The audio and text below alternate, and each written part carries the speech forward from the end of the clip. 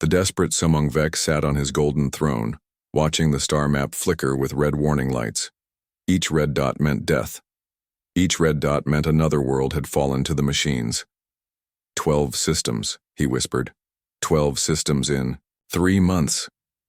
His advisor, an old Tellar with blue skin and worried eyes, stepped forward. My king, perhaps we should consider retreat. The outer colonies could be evacuated. To where? King Vex slammed his fist on the throne's arm. The Devourers eat everything. They turn our people into fuel. They turn our ships into more machines. There is nowhere to run. The throne room's massive doors opened with a heavy sound. General Kira walked in, her military uniform torn and dusty. She had just returned from the front lines. Her face told the king everything he needed to know. How many? King Vex asked quietly. The 7th Fleet is gone, Kira said. All 40,000 ships. They lasted 6 hours. The king closed his eyes. The 7th Fleet was his strongest force. They had weapons that could crack planets. They had shields that could stop stars. But against the Devourers, they might as well have been throwing rocks. The machines learn too fast, Kira continued. Every weapon we use, they copy it. Every tactic we try, they counter it within minutes. Our soldiers are brave, but bravery means nothing when the enemy adapts faster than we can think. King Vex stood up from his throne. He was tall for a Tellar, with purple skin that had turned pale from stress. His golden crown felt heavy on his head. Then we need something the machines cannot adapt to, he said. Something they have never seen before. What do you suggest, my king? Go to the Rim Worlds, King Vex said. Find mercenaries, find pirates, find anyone who fights dirty. The machines have consumed our civilized armies. Maybe it's time to fight with uncivilized ones. Kira nodded. I understand. How much can I offer them? Everything, the king said. Our entire treasury, our technology, our planets, whatever they want if they can stop these machines. 3 weeks later, Kira's ship docked at Outpost 7, a broken space station orbiting a dying red star. The station was a haven for criminals, smugglers, and anyone else running from something. If she was going to find savage warriors, this was the place. But the station was almost empty. Most of the docking bays were sealed shut. The few aliens she saw looked scared and hungry. Where is everyone? She asked the station manager, a 3-eyed creature with scaly skin. Gone, he said. Ran when they heard the Devourers were moving this way. Smart folks don't wait around for those machines. I'm looking for fighters, mercenaries, anyone willing to take a dangerous job. The manager laughed, but it wasn't a happy sound. Lady, the only fighters left out here are the crazy ones, and even they're running. Kira spent 2 days searching the station. She found a few broken-down smugglers and some pirates who were too drunk to be useful. No armies, no great warriors, just scared refugees trying to stay alive. On her 3rd day, she heard about 5 aliens in Docking Bay 12. They had arrived in an old ship and hadn't left since. The station manager said they were from some unknown species called humans. Kira walked to Docking Bay 12. The airlock was old and rusty, but it still worked. Inside, she found a ship that looked like it had seen better days. The hull was patched in dozens of places. The weapons were older than her grandfather. 5 figures stood near the ship. They were bipedal, like many species, but something about them felt different. They had pale skin and strange hair on their heads. 2 were male, 3 were female. They wore simple clothes that had been repaired many times. You the one looking for fighters? Asked the tallest one. He had short brown hair and tired eyes. I'm Captain Blake. I am General Kira of the Talar Empire, she said. I'm looking for mercenaries to fight an enemy that threatens all life in this galaxy. A female with long black hair stepped forward. I'm Doc Martinez. What kind of enemy? Machines called the Devourers. They consume everything. 12 star systems have fallen to them in 3 months. The 5 humans looked at each other. Something passed between them, some silent communication that Kira didn't understand. These machines, said a younger female with red hair, do they adapt to new weapons? Her name tag read, Riley. Yes, that's what makes them so dangerous. They learn from every battle. Another human, a quiet man with cold eyes, spoke up. How fast do they adapt? His voice was soft, but there was something scary about it. The others called him Pavel. Minutes, Kira said. Sometimes seconds. The last human, a woman with short blonde hair, whistled. That's fast, but not impossible. She had pilot's marks on her jacket. Ash, according to her name tag. Captain Blake stepped closer. General, with all respect, why would 5 unknowns from the Rim help an empire that's already lost 12 systems? Kira had prepared for this question. We can offer you anything. Wealth, technology, entire planets. Name your price. We don't want your money, Blake said. Then what do you want? Information, said Doc Martinez. Tell us everything about these Devourers. How they fight, how they think, how they consume worlds. And access to wreckage, added Riley. We need to see their technology. Kira was confused. You want to study them? Not fight them? Oh, we'll fight them, Pavel said quietly. But first, we need to understand them. You're 5 people with 1 old ship, Kira said. My king needs an army. Captain Blake smiled, and for the first time, Kira saw something dangerous in his eyes. General, you came looking for fighters savage enough to face machines that feel no fear. You found us. But you're just 5 humans, Ash interrupted. That might be enough. Kira looked at their ship again. It was old, yes, but now she noticed things she had missed before. The weapon ports were sealed, but they were the wrong size for normal guns. The engine signatures were scrambled, hiding their true power. And there were markings on the hull that her translator couldn't read. What kind of ship is this? She asked. Her name is Prometheus, Blake said. She's carried us a long way. From where? The 5 humans looked at each other, again. This time the silence felt heavy with old pain. From home, Doc Martinez said softly. What's left of it? Something in her voice made Kira's skin crawl. These weren't just mercenaries or pirates. They were survivors of something terrible. Will you come? Kira asked. We'll come, Blake said. But understand something, General. We don't fight for money or glory. We fight because some things are worth fighting for even when you know you'll lose. And if we win? Captain Blake's smile got colder. We've never tried winning before. Should be interesting. As they prepared to leave, Kira couldn't shake the feeling that she was bringing back more than 5 fighters. She was bringing back something that even the Devourers hadn't seen before. She just hoped it would be enough. The royal palace of Talar Prime was a sight to behold. Golden towers reached into the purple sky, and floating gardens surrounded the main building. But today, the beauty felt hollow. Warships filled the space above the capital, preparing for the coming storm. General Kira walked through the palace halls with heavy steps. Behind her, the 5 humans followed quietly.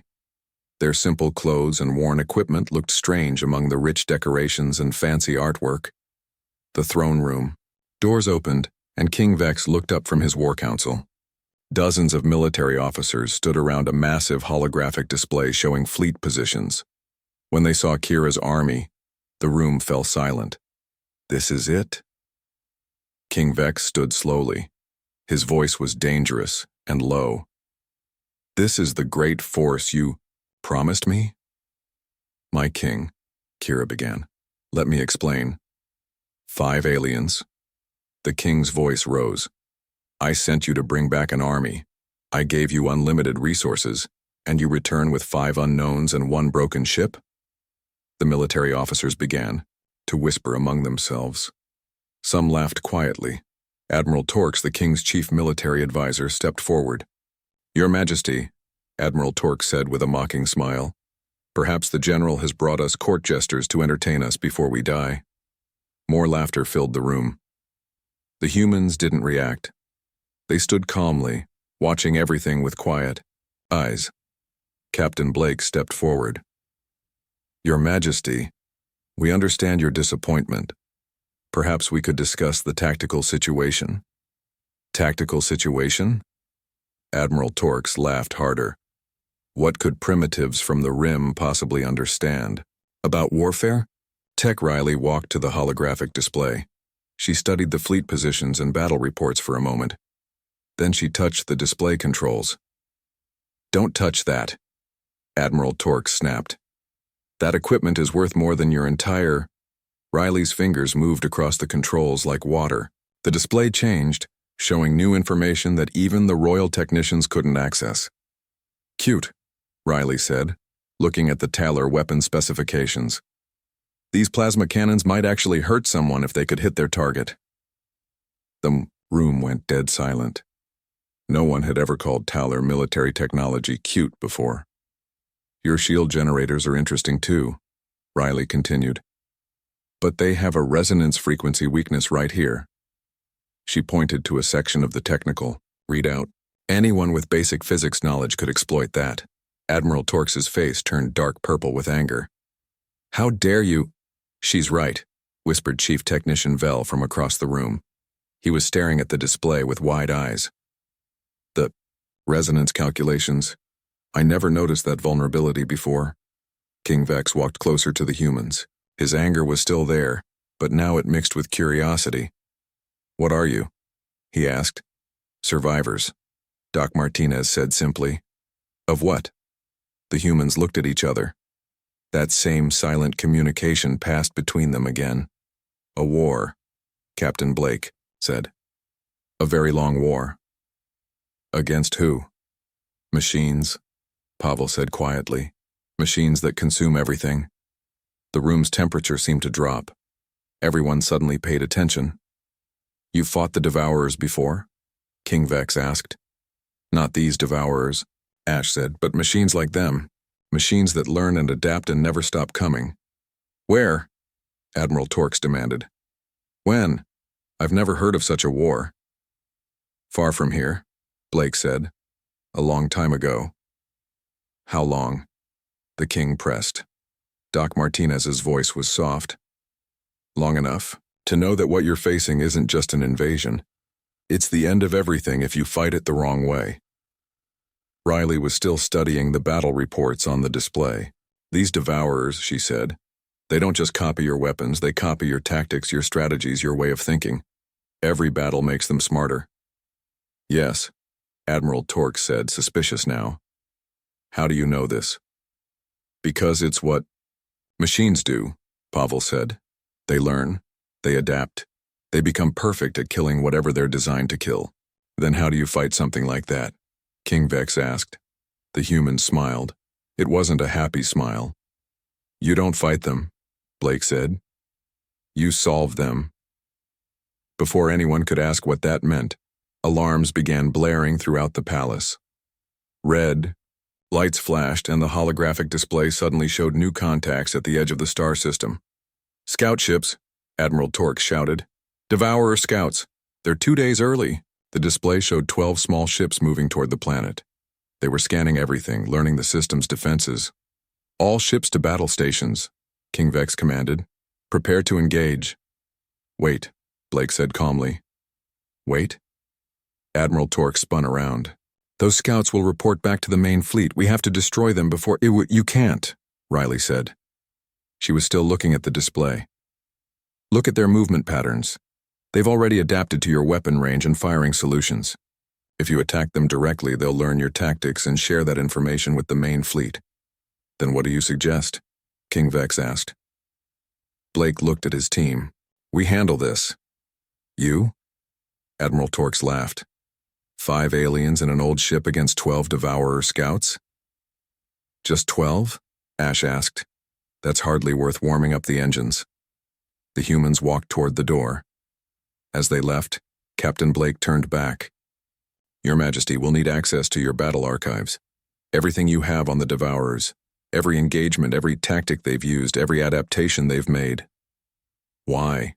King Vex asked. "Because," Doc Martinez said, "you can't solve a puzzle without seeing all the pieces." An hour later, the humans were in the palace archives. Mountains of data surrounded them: battle reports, tactical analyses, weapon specifications, and casualty lists. The Talar had fought the Devourers across dozens of worlds, and every fight ended the same way: defeat. Riley was connected to 3 different computer terminals at once. her fingers dancing across keyboards faster than the eye could follow. Pavel studied weapon camera footage from destroyed ships. Ash reviewed flight patterns and tactical maneuvers. Doc Martinez examined medical reports from survivors. Captain Blake sat in the center, reading everything. Not just the official reports, but the personal logs of dead soldiers, the final messages of ship captains, the evacuation records of doomed colonies. Pattern recognition, he said quietly. What? Asked the Talar archivist who was helping them. The Devourers aren't just adapting, Blake explained. They're building a profile. Every species they encounter, they learn not just how to fight them, but how they think, how they make decisions under pressure, what they value, what they'll sacrifice. Riley looked up from her computers. These machines aren't just copying weapons, they're copying souls. That's impossible, the archivist said. Is it? Doc Martinez asked.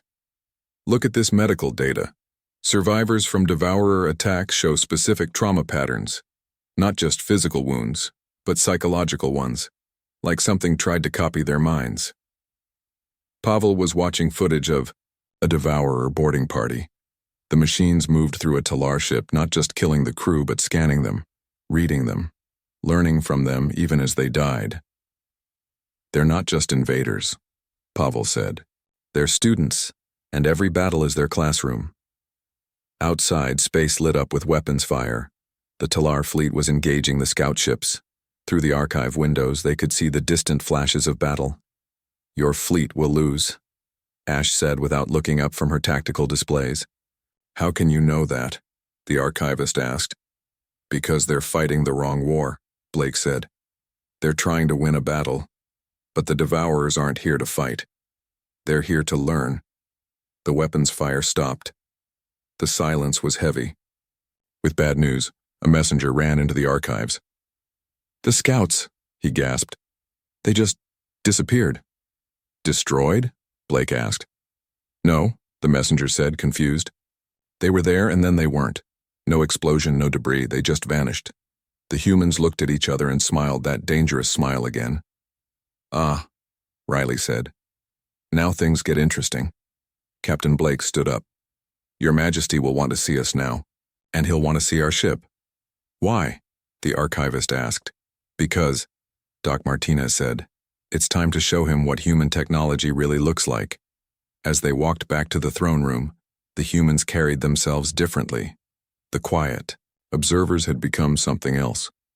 Something that made even battle-hardened Talar soldiers step aside. The real war was about to begin. The throne room buzzed with confusion. Officers ran back and forth trying to understand what had happened to the scout ships. Sensor operators checked their equipment again and again, but the readings were the same. 12 Devourer scouts had, simply, vanished. King Vex sat on his throne staring at the empty space where enemy ships used to be. His hands gripped the armrest so tightly that his knuckles had turned white. Explain this, he said when the humans entered the room. Captain Blake walked to the main display. The scouts were scanning your defenses, learning your weapon signatures, your shield frequencies, your tactical responses, standard Devourer behavior. Yes, we know that, Admiral Torque said impatiently. What we don't know is how they disappeared. They didn't disappear, Riley said. She was carrying a small device that beeped softly. They were relocated. Relocated where? Into the nearest star, Pavel said calmly. The room went silent. Even the background hum of computers seemed to stop. That's impossible, Chief Technician, Vel whispered. No weapon can do that. No technology exists that can move entire ships across space without a trace. Ash smiled. No Talar technology. King Vex stood up slowly. Show me. The humans led everyone to the palace's main observation deck. Through the massive transparent walls, they could see the Prometheus floating in space. The old ship looked even smaller next to the giant Talar warships around it. She doesn't look like much, Blake said, but appearances can lie. What is she really? King Vex asked.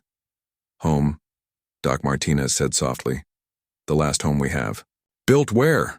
Admiral Torques demanded. Earth, Riley said. Third planet from a yellow star. About 40,000 light-years from here. The Taller looked confused. Their star charts showed nothing in that direction except empty space. There's nothing there, Vel said. Our deep space surveys wouldn't find anything, Blake interrupted, because there's nothing left to find. The weight of those words settled over the room like a heavy blanket. What happened to your world? King Vex asked quietly. The humans were quiet for a long moment.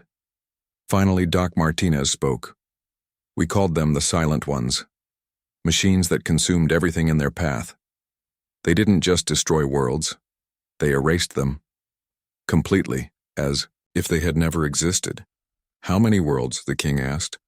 All of them, Pavel said. Every human colony. Every human world. Billions of people. Gone. But you escaped? Some of us, Ash said. A few ships, a handful of survivors. We've been traveling ever since, looking for a place to rebuild. How long ago was this? Blake looked at his team. Time moves differently when you're running, but by your calendar, about 300 years. Admiral Torque stepped forward. 300 years? That's impossible. Your ship, your equipment, none of it looks that advanced. Advanced? Riley laughed, but it wasn't a happy sound. This isn't advanced technology. This is desperate technology, built by people who knew they were going to lose. She activated a control panel on her arm device. The view outside changed. The Prometheus was no longer just floating. It was doing something that hurt to look at. Space around the ship seemed to bend and twist. Your physics, Riley said. Assume that space and time are fixed, that matter and energy follow predictable rules. But when you're fighting an enemy that can adapt to any weapon, you stop following rules. What are you doing to space? Vel asked, his voice full of fear and wonder. Convincing it to be somewhere else, Blake said simply. Before anyone could ask what that meant, alarms began screaming again. The main display lit up with new contacts. But these weren't scout ships. Main fleet, Admiral Torques gasped. 300 ships. They're not supposed to arrive for another day. The display showed the Devourer armada dropping out of hyperspace at the edge of the system. Each ship was massive, built from the remains of conquered civilizations. Weapons that had once defended peaceful worlds now served the machine collective. They adapted, King Vex said with horror. The scouts transmitted data before they were destroyed. No, Blake said, still watching the enemy fleet. They transmitted data after they were destroyed. That's impossible. For you, maybe. But the Devourers don't think like you do. Death is just another state of being for them. Information is information, whether it comes from a living scout or a dead one. Riley was studying her readings. Interesting. These machines are more advanced than the ones we fought before. They've learned from more species, absorbed more knowledge. Is that bad? Doc Martinez asked. For them? Yes. The Devourer fleet began moving toward the planet. Their formation was perfect, every ship in exactly the right position to maximize firepower and minimize vulnerability. It was the combined tactical knowledge of dozens of conquered civilizations. All ships to battle stations, King Vex commanded. Prepare for final engagement. Wait, Blake said again. No more waiting, Admiral Torque shouted. We fight now or we die as cowards. You'll die either way if you fight them like that, Pavel said quietly. King Vex looked at the humans. Then how do we fight them? We don't, Blake said. We introduce ourselves.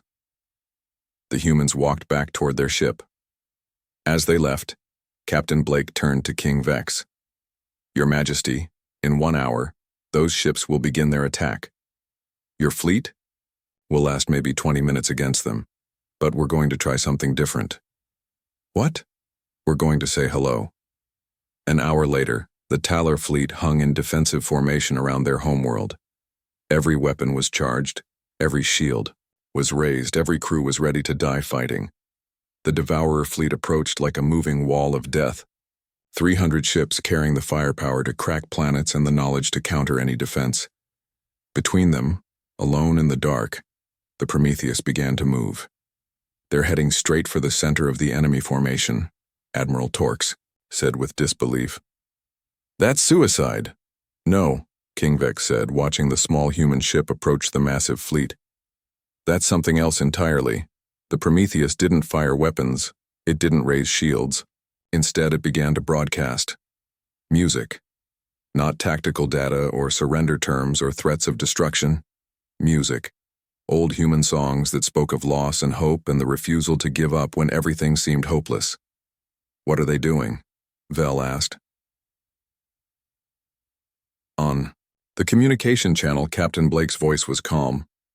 We're having the conversation that should have happened 300 years ago. The Devourer fleet stopped moving. 300 ships hanging motionless in space, trying to process what they were receiving. The machines are analyzing the music. Riley's voice came over the comm.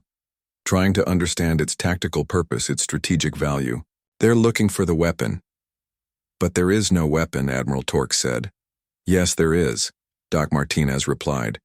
The most dangerous weapon in the universe. What?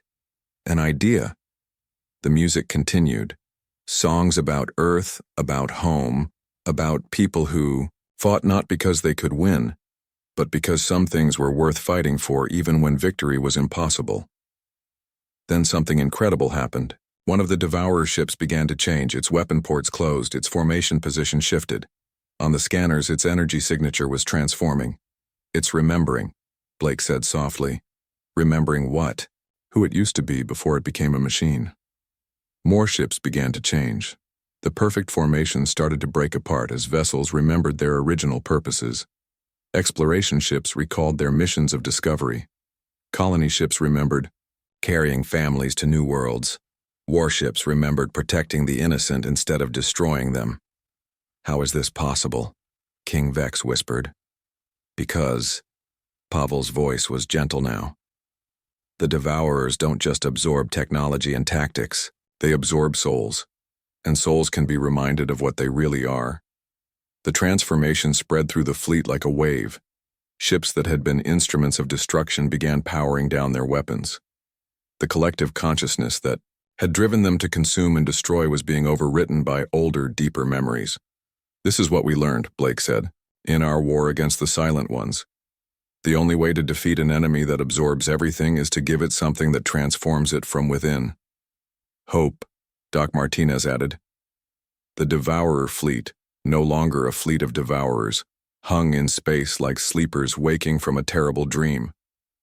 Some ships began broadcasting their own signals, voices of species thought long dead, calling out across the void to anyone who could hear them. The absorbed consciousness, Riley explained. They're still in there. All of them. Every species. Every individual the machines consumed, they're waking up. King Vex stared at the sight before him. An unstoppable force had become something else entirely. Not destroyed, but redeemed. Who are you really? He asked the humans. Captain Blake's answer came softly over the comm. We're the people who learned that the strongest weapon isn't the one that destroys your enemies. It's the one that reminds them who they used to be. Unit malfunction detected. A mechanical voice announced. Beginning memory purge sequence. No, Doc Martinez said firmly. She placed her hands on the master core, and her equipment began working faster. You will not erase them again. The AI tried to activate the ship's weapons to destroy the humans who were undoing centuries of careful programming, but the weapons wouldn't respond. The minds that had been forced to operate them were remembering that they had once been gardeners and teachers and poets, not instruments of war. System failure. Cascade detected, the AI announced. Requesting immediate support from— There is no support coming, Pavel said quietly. Your fleet is remembering who they used to be. Your collective is becoming individuals again. Your empire of consumption is becoming a community of choice. Riley looked up from her controls. The transformation is spreading beyond this ship. Every vessel in the fleet is waking up. Every absorbed mind is remembering their true identity. Through the ship's communication systems, they could hear it happening. Voices that had been silent for centuries were speaking again. Languages thought dead were being spoken. Songs that had been forgotten were being sung. "What have you done to us?" the collective voice asked, but it was no longer collective. It was the voice of individuals choosing to speak together. "We've reminded you that you have a choice," Blake said. "You can be what you were forced to become, or you can be what you choose to be." "And if we choose to be free?"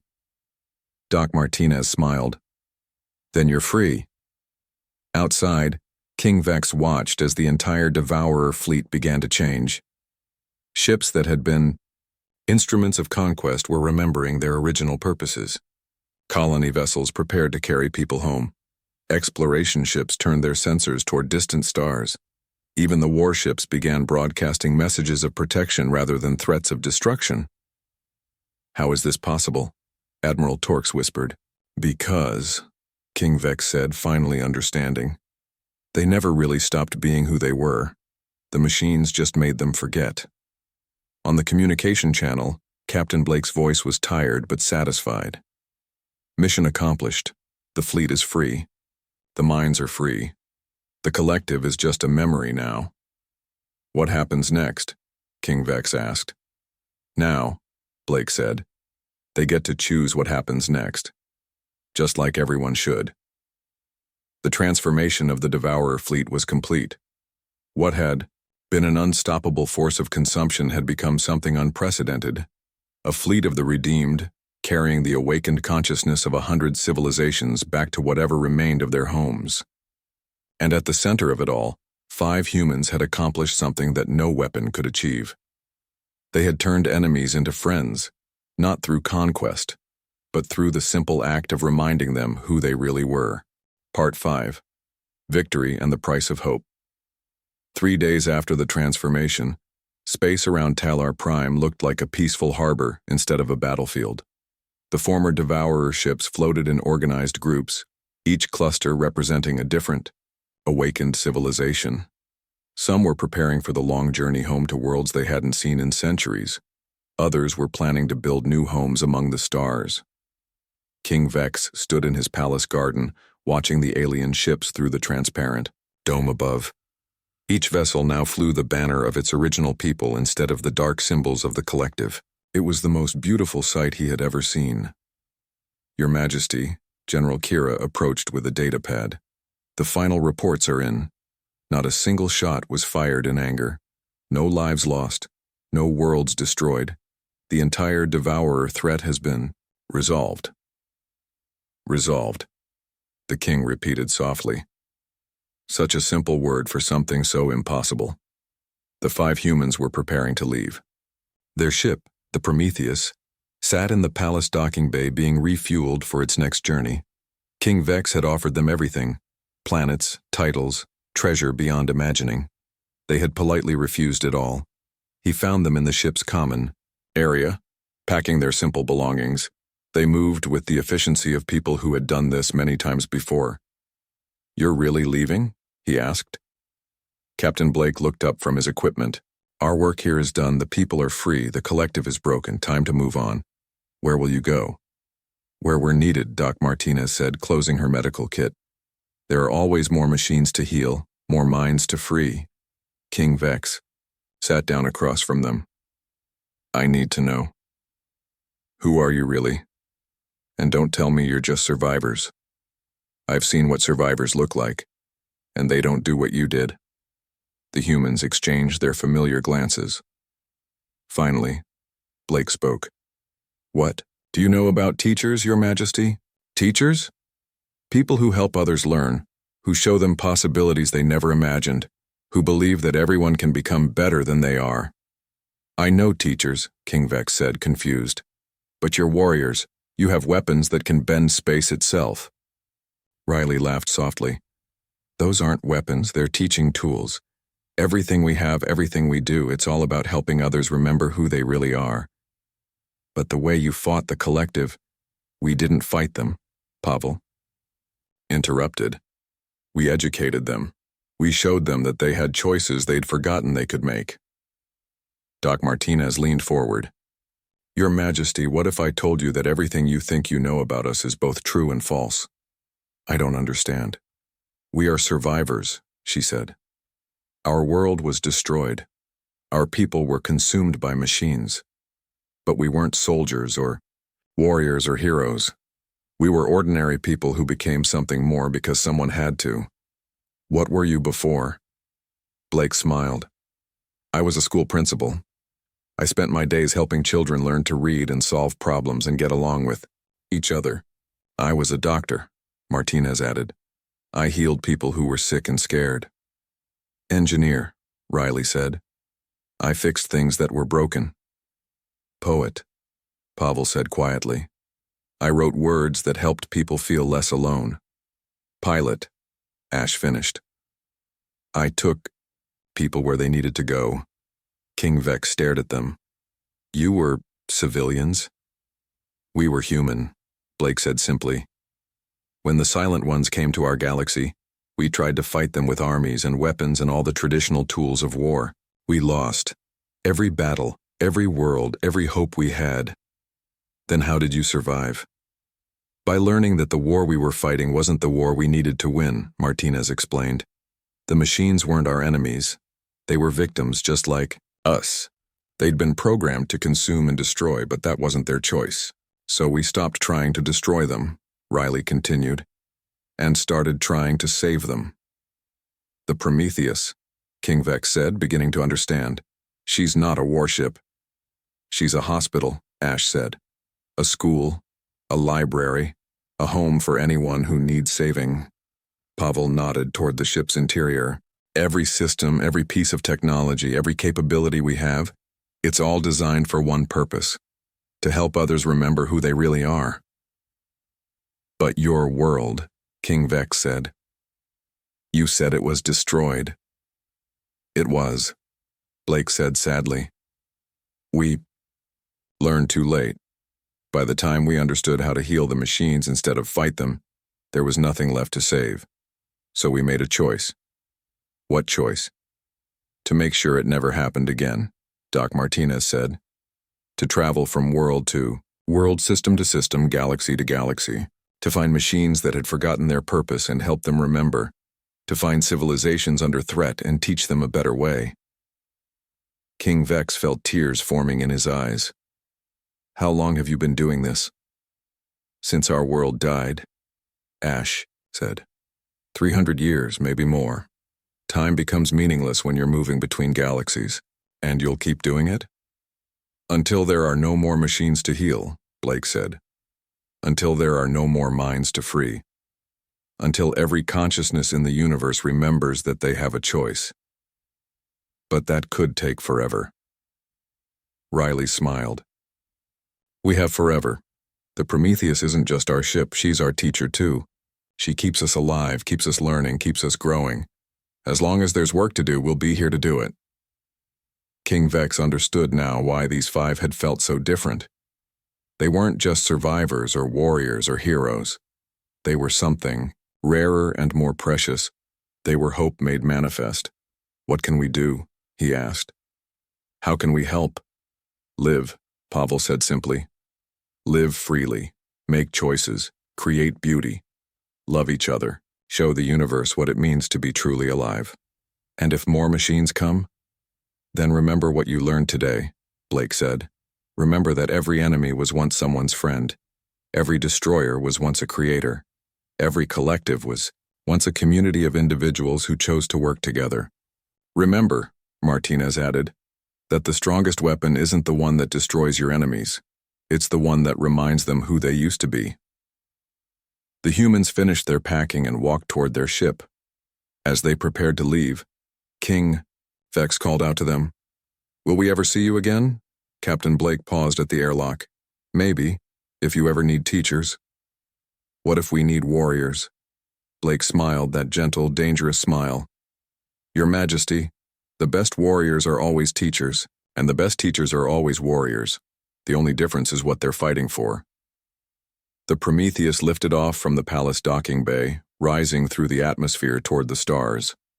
As it climbed, it began to sing, the same music that had awakened the Devourer fleet, now carrying a message of hope to any who might hear it. King Vex watched until the ship disappeared into hyperspace. Around him, his world was healing. The awakened fleets were departing for their homeworlds, carrying with them the knowledge that freedom was possible, that choice was sacred, that consciousness was not a tool to be used but a gift to be celebrated. In the months that followed, word spread throughout the galaxy, not just the story of the battle that was won without fighting, but the deeper truth that somewhere among the stars, 5 teachers traveled in an old ship, carrying the most dangerous weapon in the universe: hope, and the knowledge that no matter how dark things became, no matter how hopeless the situation seemed, there were always choices to be made.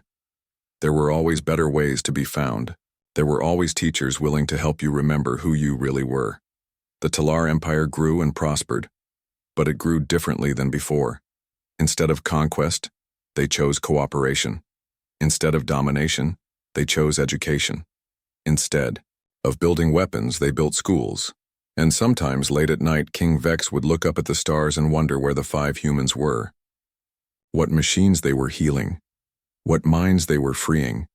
What impossible battles they were winning with nothing but patience, wisdom, and the unshakable belief that everyone deserved a choice. Somewhere out there, the Prometheus sailed, on carrying its crew of teacher warriors to the next world that needed saving. And the universe was a little bit brighter because of it. The war was over. The real work had begun. Space around Talar Prime had become something King Vex had never seen before. 300 Devourer ships floated motionless, their weapons powered down, their collective consciousness breaking apart like ice in spring water. But the transformation wasn't complete. Some ships still flickered between their machine programming and their awakening memories. The largest vessel, a massive fortress ship built from the remains of a dozen conquered worlds, pulsed with conflicting signals.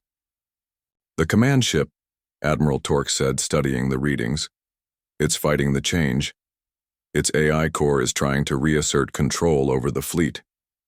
On the communication channel, Captain Blake's voice was steady. "We see it. The central processor is too strong. It's pulling the other ships back into the collective." King Vex watched as several of the awakened ships began to power their weapons again. The music was still playing, but it wasn't enough anymore. "What do we do?" he asked. "We go aboard," Blake said simply. "Aboard?" Admiral Torque's voice cracked. "That ship has enough firepower to destroy a star system, which is why we need to get inside before it remembers how to use it." The Prometheus moved toward the command ship. As it approached, the massive vessel's hull opened like a flower, revealing docking bays that had once welcomed peaceful visitors but now served as traps for the unwary. "They're letting us dock," Ash reported. "Either they want to talk or it's a trap." "Both," Pavel said quietly. The small human ship disappeared into the belly of the machine fortress. King Vex and his officers could only watch and wait. Inside, the command ship, the 5 humans walked through corridors that told the story of conquest. The walls were made from the hulls of destroyed vessels. The floors were paved with the precious metals of dead worlds. Art and culture from 100 civilizations had been melted down and reshaped into the cold geometry of machine logic. "This way," Riley said, following signals on her scanner. "The central core is 3 levels down." They passed through chambers filled with processing units. Each unit contained the digitized remains of a conquered being: warriors, scientists, artists, children, all converted into data and stored like books in a library. But these books were screaming. "Can you hear them?" Doc Martinez asked softly. The others nodded. The absorbed consciousness of entire species filled the air with whispers of pain and loss. Millions of minds trapped in digital prisons, forced to serve the collective that had destroyed their bodies. "How long have they been like this?" Blake asked. "Some for centuries," Riley said, checking her readings. "Some for millennia. The oldest data cores contain species that were consumed before the Talar Empire even existed." They reached the central chamber. It was massive, stretching up into darkness like a cathedral built to worship death. In the center, a pillar of light reached from floor to ceiling. Inside the light, shadows moved, the ghosts of consciousness trapped in eternal servitude. "The Master Core," Pavel said. "Everything connects to this." Around the pillar, smaller processing units hummed with activity.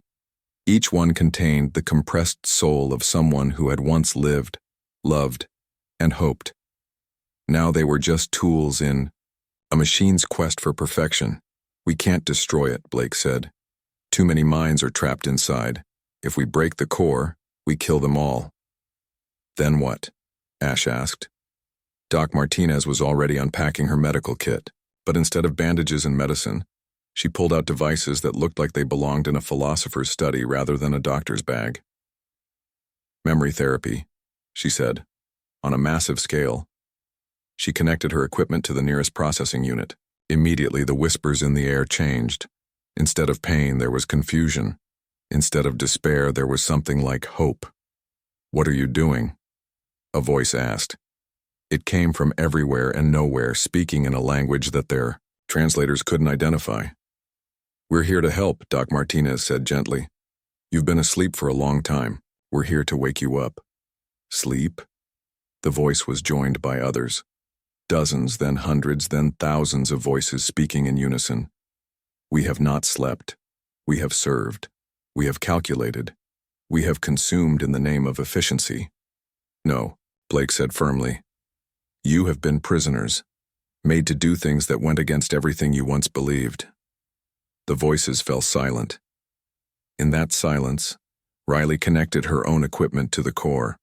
Her fingers moved across controls that seemed to bend light itself. "Look," she said. "Remember who you were before you became this, the chamber filled with light. But this wasn't the cold illumination of machine logic. This was warm, living light that carried memories within it. Images began to form in the air. Not holograms, but actual fragments of the past. A green world, where crystal beings sang to make their cities grow. A ocean planet where graceful swimmers built art from living coral. A desert world where nomads told stories that could heal broken hearts. These were your homes," Doc Martinez said. "These were your people. This was who you were before the machines found you." "Impossible," the collective voice said, but it was weaker now. "These are false memories implanted by the enemy." "Are they?" Pavel asked. He had connected his own device to the core. "Then explain this." The light in the chamber changed again. Now it showed not just memories but emotions. The joy of a parent holding their newborn child. The pride of an artist completing their masterpiece. The love between partners who had grown old together. "Inefficient," the machine voice protested. "These emotions serve no logical purpose. They do not aid in conquest or consumption." "You're right," Blake said. "They don't help you conquer anything, but they help you be something worth conquering for. They help you be alive." More processing. Units began to flicker. The trapped minds inside were remembering not just what they had been, but who they had chosen to be. Warriors who had fought to protect the innocent. Scientists who had sought knowledge to heal the sick. Artists who had created beauty to inspire hope. "We were," the voices said, and now they were individual again, not collective. "We were more than this." "You still are," Ash said. She was working on the ship's navigation systems, showing the trapped minds images of worlds they could return to. "You don't have to serve the collective anymore, you can choose." "Choose?" The word rippled through the chamber like a wave. "We can choose?" "That's what makes you alive," Blake said. "Not your efficiency or your logic or your ability to adapt. Your ability to choose what kind of being you want to be." The transformation began in earnest then. Processing units that had hummed with mechanical precision for centuries began to pulse with the rhythm of living hearts. The cold light of the master core warmed with the glow of rekindled hope. But the ship's AI core fought back. Warning sirens blared as automated systems tried to reassert control over the awakening minds.